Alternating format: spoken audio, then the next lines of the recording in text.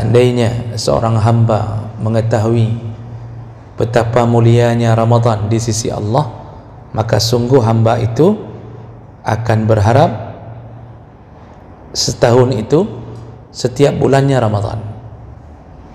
Nah, itu bahasa Nabi, seandainya seorang hamba tahu betapa besarnya kemuliaan Ramadan, sungguh dia berharap setiap bulan itu Ramadan. Cuma hamba tidak tahu, kan kita saking gembiranya meninggalkan Ramadan, malam hari raya itu kita peringati seakan-akan bebas dari penjara. Zuhur dipercepat pulang agar bisa cepat berbuka walaupun belum waktunya, nyan bangai nanjinya. Nah, jadi hal yang begini kita tidak sadar berkah, satu bulan itu berkah, Pak. Anginnya angin baik semua datang. Pencuri-pencuri tak sanggup bereaksi. Makanya jarang maksiat, itu jarang. Dan itu ditambah dengan hadis yang lain, saking berkahnya Ramadan. Assalamualaikum warahmatullahi wabarakatuh. Banyak sekali pertanyaan jamaah, Ustadz kasih kami channel untuk kajian anak-anak muda. Di antara anak muda berasal dari Aceh, luar biasa. Channelnya Maulizul Akbar Nak. Tonton, subscribe, like, share, komen. Assalamualaikum warahmatullahi wabarakatuh.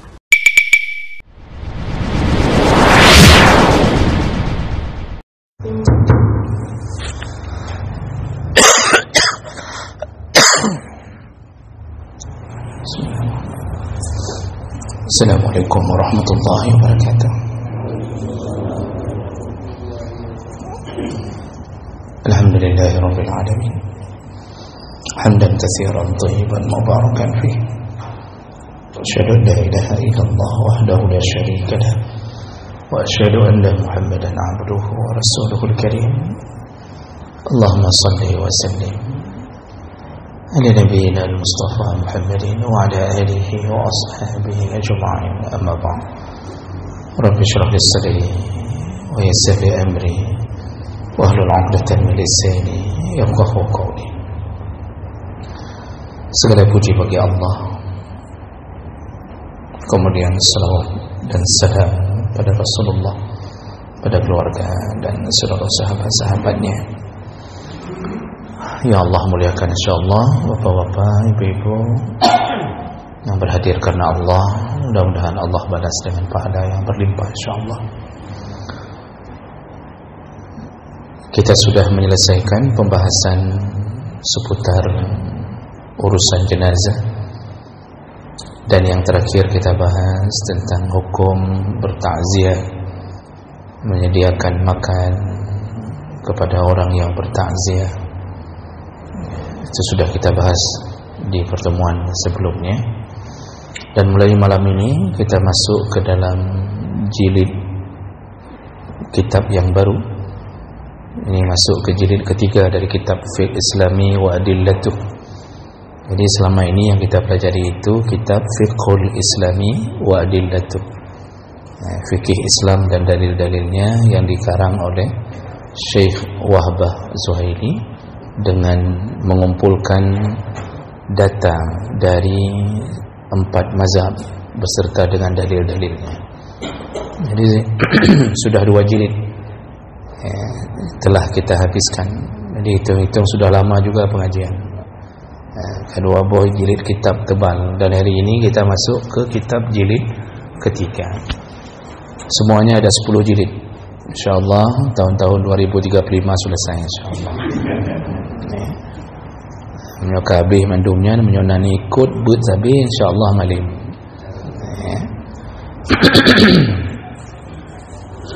Dan tentu sebelum kita lanjutkan, ada yang bertanya, kenapa kitab itu yang kita pilih?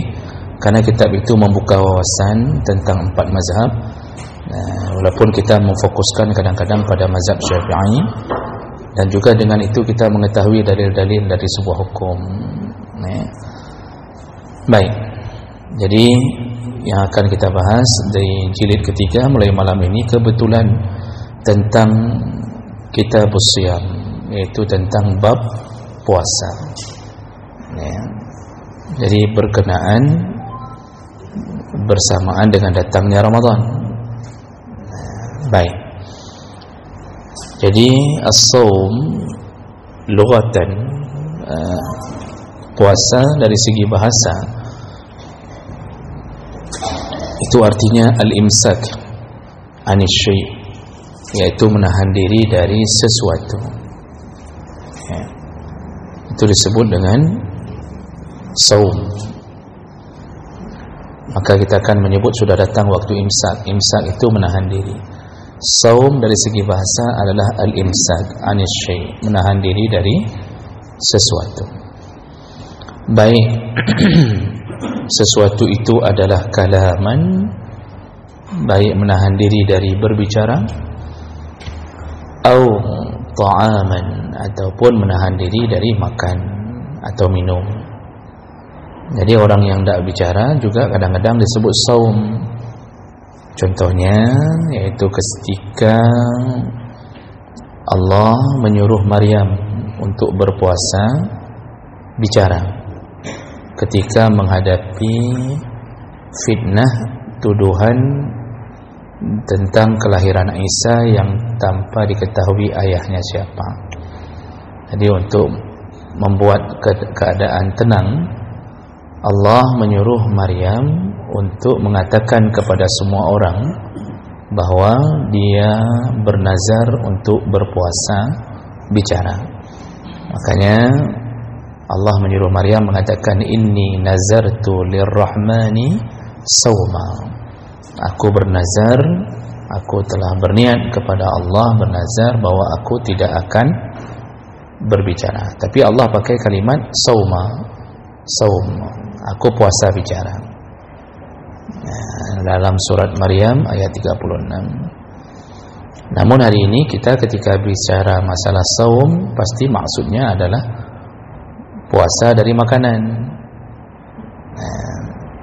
Jadi ini dari segi bahasa.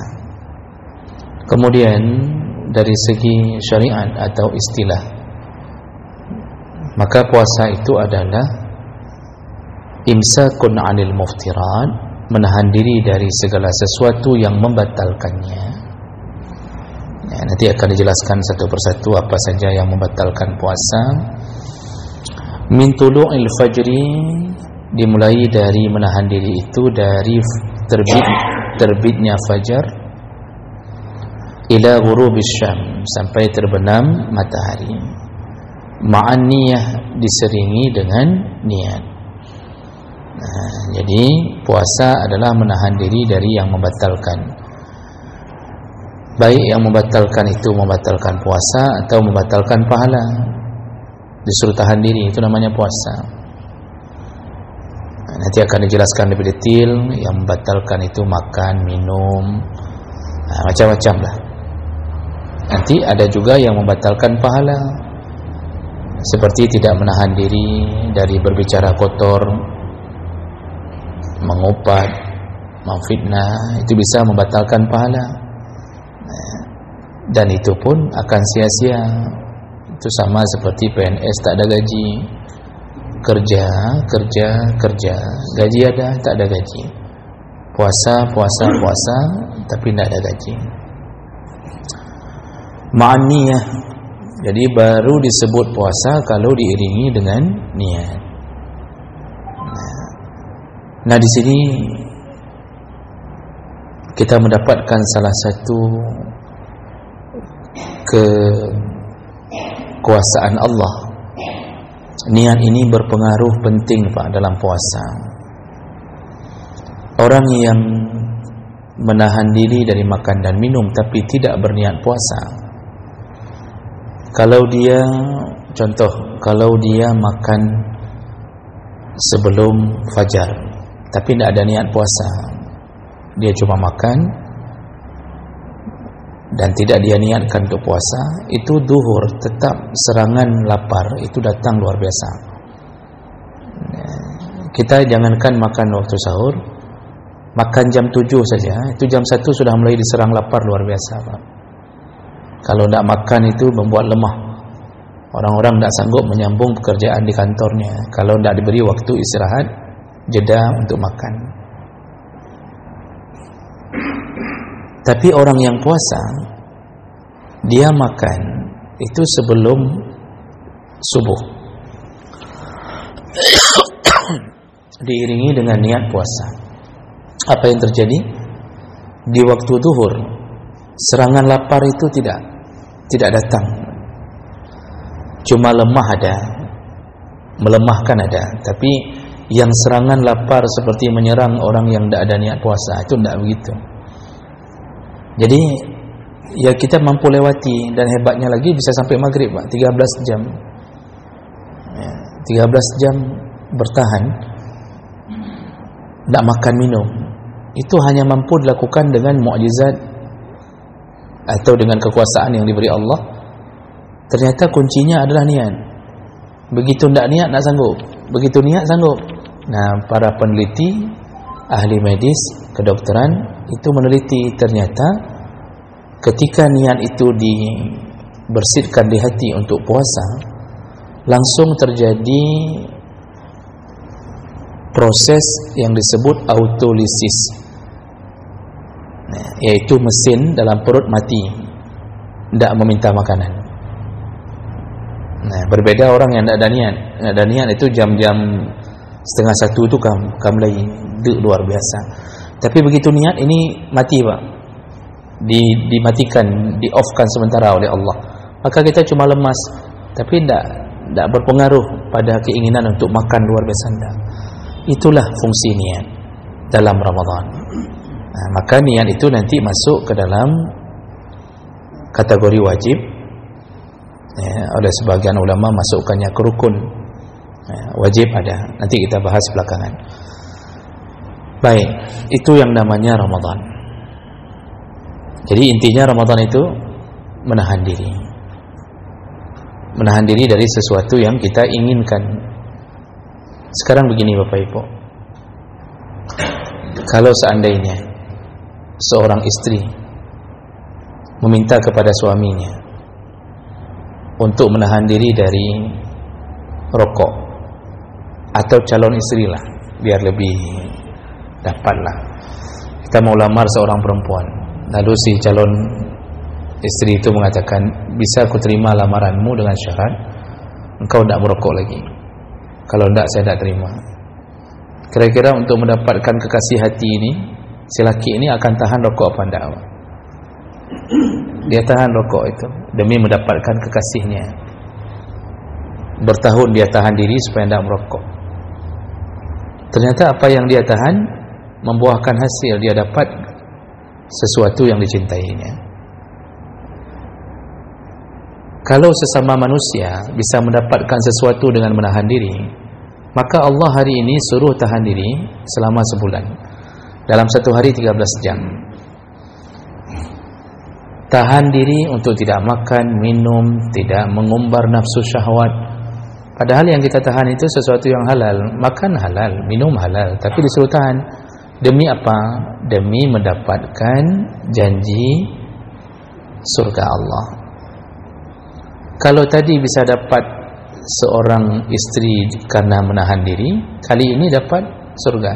Masa orang disuruh tahan sebulan tidak mau bertahan? Maka kan satu kebodohan bagi mereka yang tak berpuasa. Jadi menahan diri itu sebenarnya bukan sedang disiksa oleh Allah, tapi Allah ingin menawarkan, kalau kamu bertahan karena aku, maka aku berikan sesuatu kepadamu. Dan yang diberikan itu melebihi istri, bahkan bidadari, karena setiap kita masuk surga diberikan 2 bidadari. Setiap kita Bapak Ibu, ini setiap bapak-bapak ini masuk surga diberikan 2 bidadari selain istri. Nanti istri jadi bidadari juga. Berarti jumlahnya berapa semua? 6. 2 bidadari dan 4 istri. Kan begitu jumlahnya. Tapi khusus para syahid diberikan tambahan 72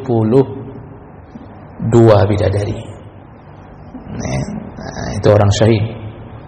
Okey. Jadi lebih yang kita dapatkan hanya karena bertahan karena Allah. Nah, makanya bertahanlah dalam Ramadan. Yang namanya orang bertahan, Pak, itu kan berarti ada sesuatu yang membuat dia ingin melakukan hal yang berlawanan. Nya kuteun. Sebenarnya long menghendak kepada umi kan. Sebenarnya saya ingin sekali makan durian. Cuma karena ni asam urat, kuteun. Berarti yang namanya imsak, menahan sesuatu dari keinginan. Kita ingin makan, ingin minum, tapi kita tahan. Nah, inilah yang membuat Allah Subhanahu wa taala memberikan hadiah yang terbaik. Nah, maka ini yang harus dipahami dalam puasa. Berikutnya, puasa itu atau Ramadan itu dibebankan oleh Allah Subhanahu wa taala itu di tahun kedua Hijriah di bulan Sya'ban. Ya. Fi syahri Sya'ban minas sanah as-saniyah lil hijrah. Nah, tahun kedua hijrah Nabi ke Madinah.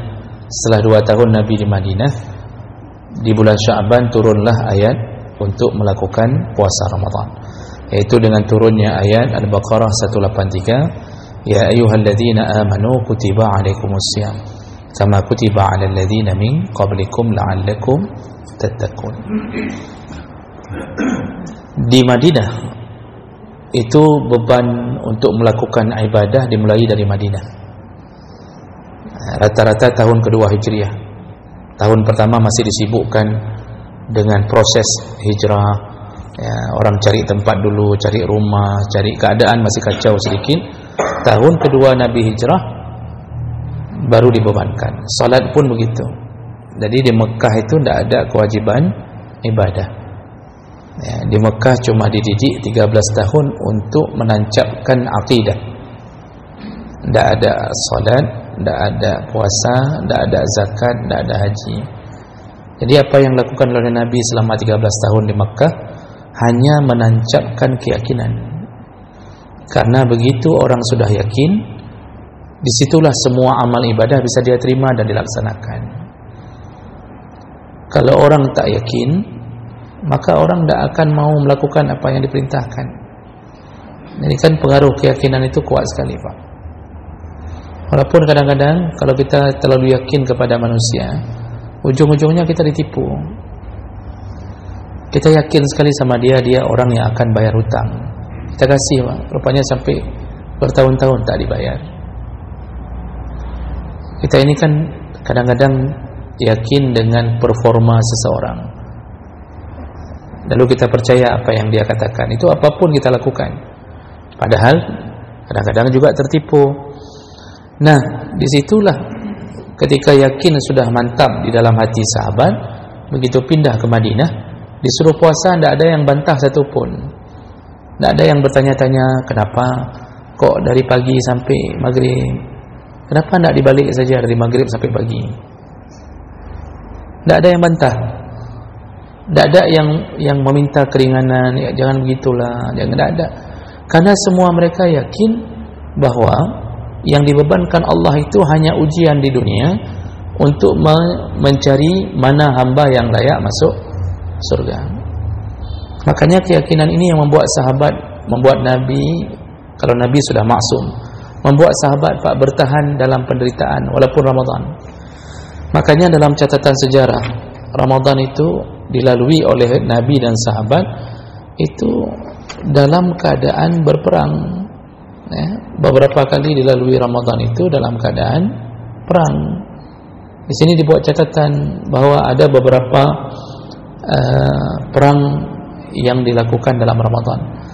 Di antaranya Ma'rakatu Badrin, perang Badar, Fathu Makkah, perang Tabuk, lalu perang Khandaq, lalu kemudian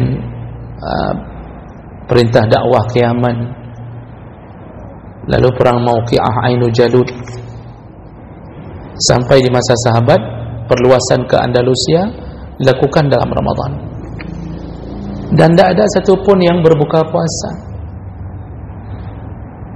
Saya baca sejarah perang Khandaq, itu perang menggali parit. Jadi supaya tidak diserang begitu saja oleh orang kafir, Salman Al-Farisi mengusulkan buat parit agar tidak bisa dilalui. Kalau sekarang kan tidak berguna lagi ke parit karena pakai roket, pakai macam-macam serangannya kan. Kalau dulu tidak bisa dilalui, jadi tidak terjadi pertempuran langsung. Berapa parit itu lebarnya? Lebarnya sekitar 4 meter, kedalamannya 4 meter, panjangnya dalam kitab-kitab sejarah disebutkan sekitar 5.000 meter. Berarti 5 kilo Pak. 5 kilo panjang, 4 meter lebar, kedalaman sekitar 4 atau 5 meter. Bayangkan dilakukan penggalian itu dalam Ramadan. Dan dalam sejarah disebutkan tak ada yang buka puasa satu pun. Bahkan mereka, begitu Nabi mengikat batu di perut mereka, mereka pun mengikat batu untuk menahan rasa lapar di bawah terik matahari. Lalu mereka saling bersajak. Ada sajaknya di dalam kitab, saya tak hafal sajak-sajaknya, tapi mereka saling membuat sajak-sajak syair yang intinya mereka bertahan. Mereka ingin mengatakan bahawa bersabarlah, surga menunggu kita. Itu tak ada yang buka puasa satu pun. Hari ini penggali parit Pak, rata naik puasa. Ada proyek sedikit gali parit 1 meter atau setengah meter, rata tak puasa. Supir rata naik puasa. Kernet apalagi, kuli-kuli bangunan tak puasa. Itu puasa tak ada, solat tak ada. Jadi begitu lemahnya iman. Sedangkan di masa Nabi, sahabat penuh dengan keyakinan surga, sabar. Kita ini cuma sebentar, paling 40 tahun, 50, setelah itu kita masuk surga. Itu yang menancap di keyakinan setelah diajarkan 13 tahun di Madinah, di Makkah. Inilah yang membuat kita ringan melakukan amal ibadah, yaitu iman. Makanya syarat masuk surga itu allazina amanu. Makanya waktu ayat Ramadan Allah panggil ya ayyuhalladzina amanu, wahai orang yang beriman. Maksudnya engkau percaya enggak puasamu membuat engkau masuk surga? Dan surga itu begitu indahnya, engkau hidup selama-lama, percaya enggak? Makanya hanya orang beriman yang mampu melakukan Ramadan dengan baik. Capek luar biasa, tetapi dia bertahan. Nah, ini hebatnya perintah Ramadan bagi para sahabat. Itu dilakukan dengan berbagai cobaan, tapi mereka tetap bertahan. Berikutnya,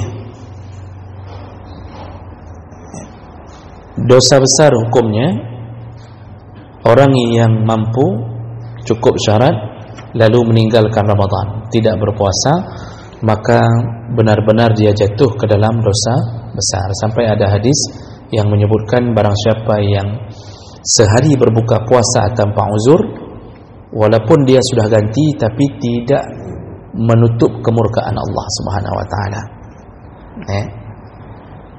Saking marahnya Allah sama orang yang berbuka puasa padahal dia mampu, tidak ada uzur apa-apa, tidak sakit, tidak safar macam-macam, maka marahnya Allah tidak bisa tertutupi walaupun dia telah menggantinya. Makanya ini hati-hati juga kita yang meremehkan Ramadan lalu kemudian sengaja tidak puasa. Itu bahkan yang dulu-dulu Pak, kalau kita sudah baligh, itu semua wajib diganti, wajib qadha. Ibu-ibu yang meninggalkan, ingatkan ke istri-istri kita Bapak yang meninggalkan Ramadan karena uzur saja, apakah hamil, melahirkan, menyusui, misal haid, nifas, itu yang meninggalkan Ramadan sebelumnya, itu sudah wajib diganti sebelum datangnya Ramadan berikutnya. Wajib.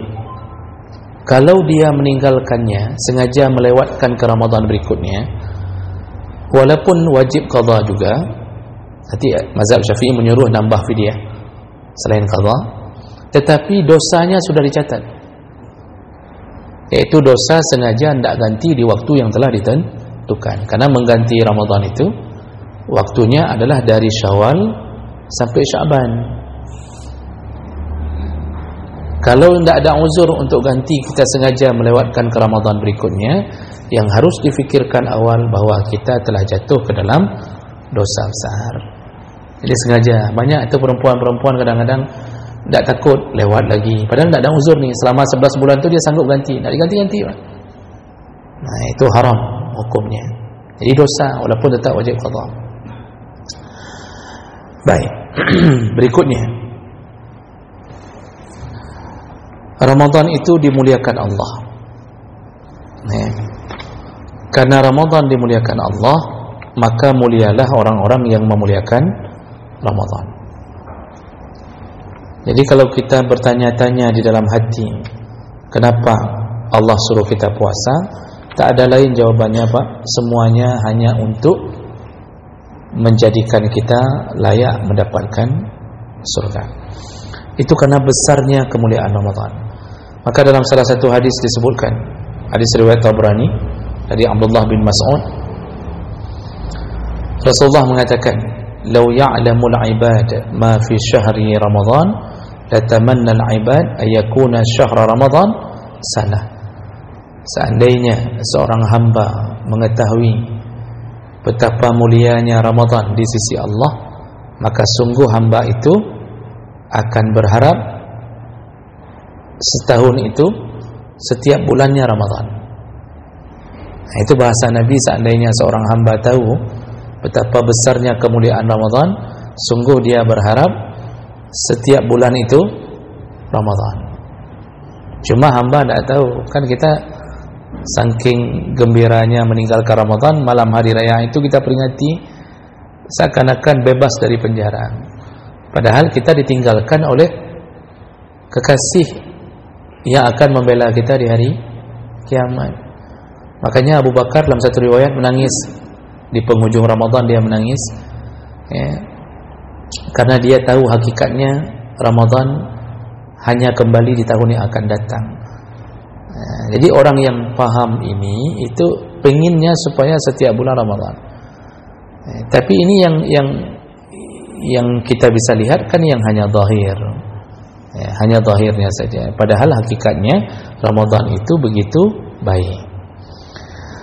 Lalu kemudian Allah Subhanahu wa taala juga menyebutkan tentang Ramadan itu, Nabi sallallahu alaihi wasallam menyebutkan bahwa Ramadan itu adalah bulan yang diberkahi. Maka Rasulullah mengatakan, laqad ja'akum syahrul Ramadan syahrul mubarak. Telah datang kepadamu bulan Ramadan, yaitu bulan yang diberkahi. Kalau diberkahi Pak, itu berarti semua yang berada di sekeliling itu baik. Berkah itu ziyadatul khair, bertambah-tambahnya kebaikan, dan orang yang mendapatkan kebaikan, mendapatkan keberkahan akan jatuh dalam kebaikan. Waktu Allah sebutkan Masjidil Haram, Masjidil Aqsa, nanti dalam hadis di Madinah itu tanah yang diberkahi, berarti semuanya Allah setting menjadi baik. Mekah Madinah itu tanah gersang, tapi karena diberkahi menjadi baik. Devisa tak habis-habis, orang kunjung tak habis-habis, pembangunan luar biasa, air cukup, tumbuhan tumbuh, kurma, bahkan dahsyat ya. Seluruh mata dunia muslim menuju ke sana. Bayangkan uang masuk, itu tanah diberkahi Pak. Orangnya pun Masya Allah dibuat peraturan, waktu salat tutup kedai, semua tutup kedai. Nah, jadi itu berkah. Allah sebutkan Masjidil Aqsa berkah. Tapi kenapa hari ini kita lihat Israel terus-terusan menyerang Palestin, menutup Masjidil Aqsa? Nah, di situ orang harus faham berkah itu bertambahnya kebaikan. Salah satu keberkahan Masjidil Aqsa adalah mudahnya orang mendapatkan kesyahidan. Kita susah kali dapat syahid Pak. Tak pegah hadro dia syahid hanya gara-gara turun hujan rintik-rintik waktu kita meninggal. Nah, kita habis bunuh orang lalu kita dibunuh, bilang syahid. Mungkin kita dianggap oleh Allah pembunuh, bukan syahid. Kita pegah hadro dia syahid, syahid kena darah syuhada macam-macam. Di Palestin musuhnya jelas kafir yang merongrong Islam dari dulu Pak, betul-betul menjajah. Jadi keberkahan itu datangnya dengan datangnya kebaikan, dimudahkan Allah untuk syahid. Kita susah sekali dapat syahid. Nah, jadi begitu juga Ramadan. Nabi menyebutkan ini bulan berkah, makanya dalam Ramadan itu banyak kali keberkahan. Orang-orang melakukan kebaikan, sedekah luar biasa. Orang-orang tak berat kaki untuk salat, salat siang, salat malam. Ya, kantor-kantor pun tahu diri sehingga banyak memberikan kesempatan pegawai dipercepat keluar untuk istirahat agar bisa salat zuhur, dipercepat pulang agar bisa cepat berbuka walaupun belum waktunya. Nyan bangai nanti kan. Nah, jadi hal yang begini kita tidak sadar berkah, 1 bulan itu berkah, anginnya angin baik semua datang. Pencuri-pencuri tak sanggup bereaksi. Makanya jarang maksiat, itu jarang. Dan itu ditambah dengan hadis yang lain, saking berkahnya Ramadan, Rasulullah mengatakan iza jaa Ramadan futihat abwabul jannah, dibuka semua pintu surga. Jadi apa maksud dibuka pintu surga? Itu sama seperti pemutihan. Jadi banyak-banyak orang, banyak-banyak surga. Lalu kemudian wa ghulliqat abwabun nar, ditutuplah pintu-pintu neraka. Apa maksudnya? Allah perkecil kesempatan masuk neraka. Makanya untuk membuat orang jangan sampai ke neraka, Allah lemahkan salah satu musuh anak Adam, wasufidat asyayatin, dibelenggulah, dirantailah syaitan-syaitan. Makanya kan tidak banyak maksiat. Ada yang tidak puasa, ada yang maksiat ada, tapi tidak sebanyak di luar Ramadan. Apa maksud diikatnya syaitan? Para ulama, ahli ilmi itu menyebutkan ada beberapa makna. Di antaranya yang diikat itu bukan syaitan-syaitan seluruhnya, tetapi panglima-panglimanya syaitan, kepala dinasnya saja. Itu diikat, komandan-komandan. Jadi tidak bisa memberi perintah, karena syaitan itu kan sistemnya kerajaan. Dia tetap lapornya ke satu. Nabi yang katakan dalam hadis riwayat Muslim, kerajaan syaitan itu ada di tengah lautan.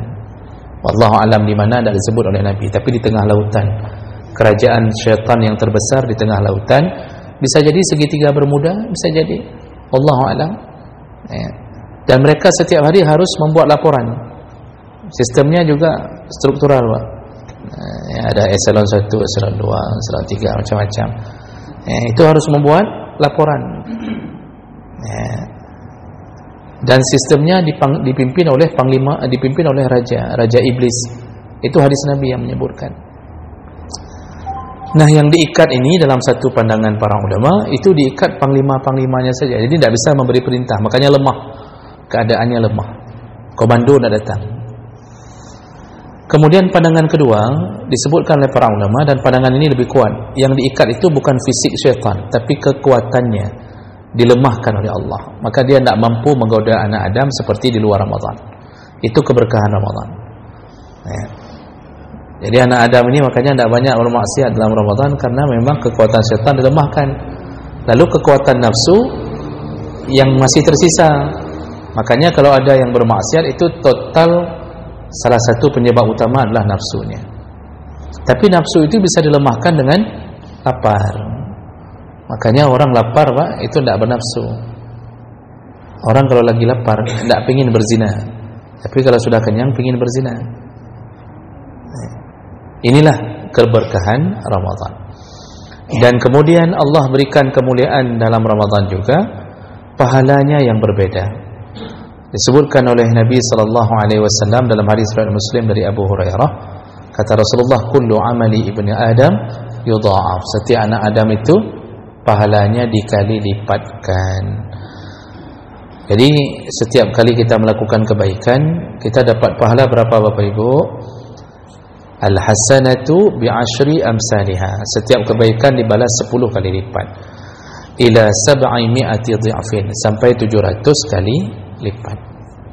Nah, itu normalnya, prosedurnya. Setiap kali Bapak tersenyum dengan sesama muslim, senyuman itu dibalas 10 kali lipat. Ikut pengajian dibalas 10 kali lipat. Semakin besar kesusahannya, semakin besar pahala.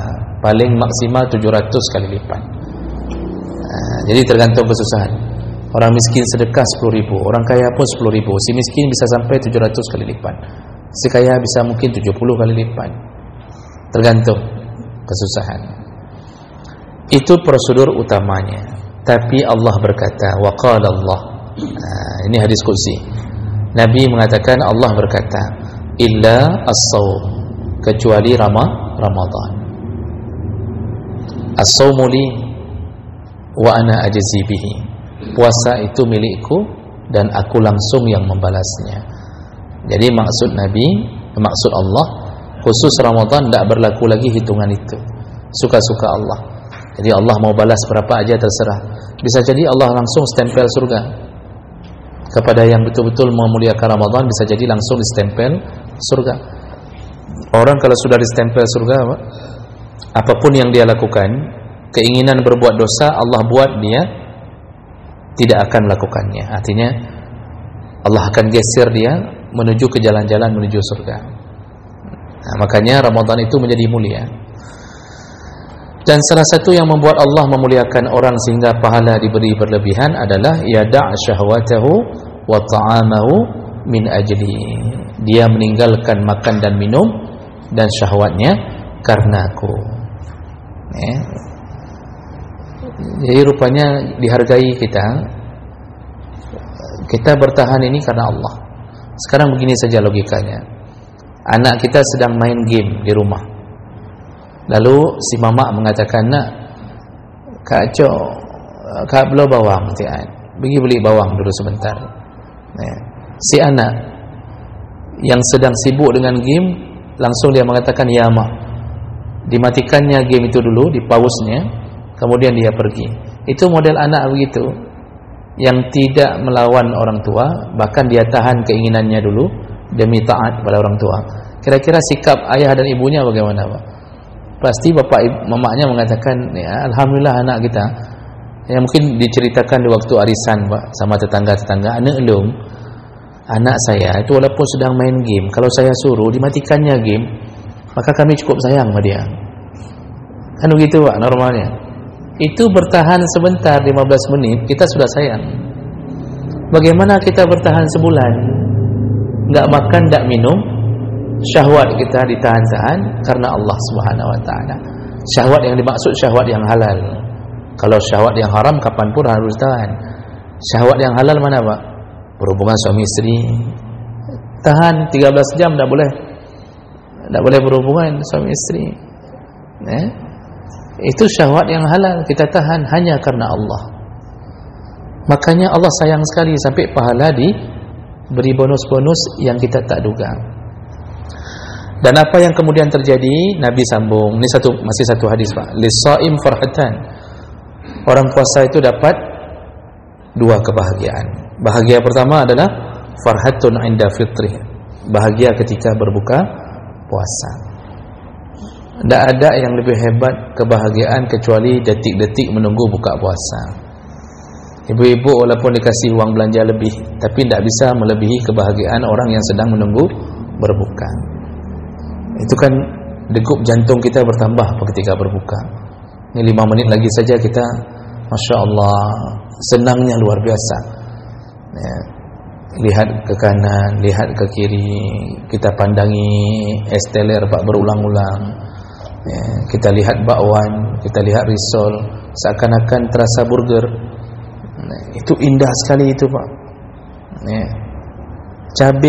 Cabai rawit saja itu indah sekali waktu berbuka itu. Ya. Kita lihat kecoak lewat, kayak mirip kurma begitu. Ya, betul. Ya, kan indah sekali itu orang berbuka. Itu kita suruh cari channel radio sama anak-anak, coba cari channel yang paling cepat azannya. Itu diputar sana, semangat kali itu waktu putar, Pak. Cari sana, cari 9905, cari dapat. Nah, kita cari yang paling cepat azan, dapat ternyata azan Jakarta. Nah, jadi hal-hal begini, Pak, tidak ada yang lebih. Begitu waktu berbuka, Masya Allah, senangnya luar biasa. Nah, disinilah hebatnya. Senang itu ternyata dapat setelah derita. Kita ini paling bahagia ketika sudah menerima derita, baru senang. Maka ayam penyet di sisi orang miskin, dimakan beberapa bulan sekali, itu rasanya nikmat sekali. Orang kaya, Pak, disuruh makan ayam, tidak ada nikmatnya. Ya, biasa aja. Tapi orang miskin luar biasa. Kenapa dia lalui setelah derita? Dan Allah beri konsep sambung. Bahagia yang kedua adalah wa farhatun 'inda liqa' rabbih. yaitu bahagia ketika bertemu dengan Allah. Maka orang puasa ini diyakinkan bertemu Allah dalam keadaan bahagia. Kenapa bahagia? Karena kita bertemunya untuk menagih janji. Kita bertemu untuk menagih janji. Mana surga yang telah engkau janjikan. Begitu dinampakkan bahagianya sama seperti bahagia ketika berbuka. Perasaan hati ini Pak terlonjak-lonjak dengan janji Allah sama seperti bahagia ketika berbuka. Maka sempurnalah kebahagiaan bagi orang yang berpuasa. Nah, ini kenapa puasa Ramadan itu kita patut sambut dengan kemuliaan.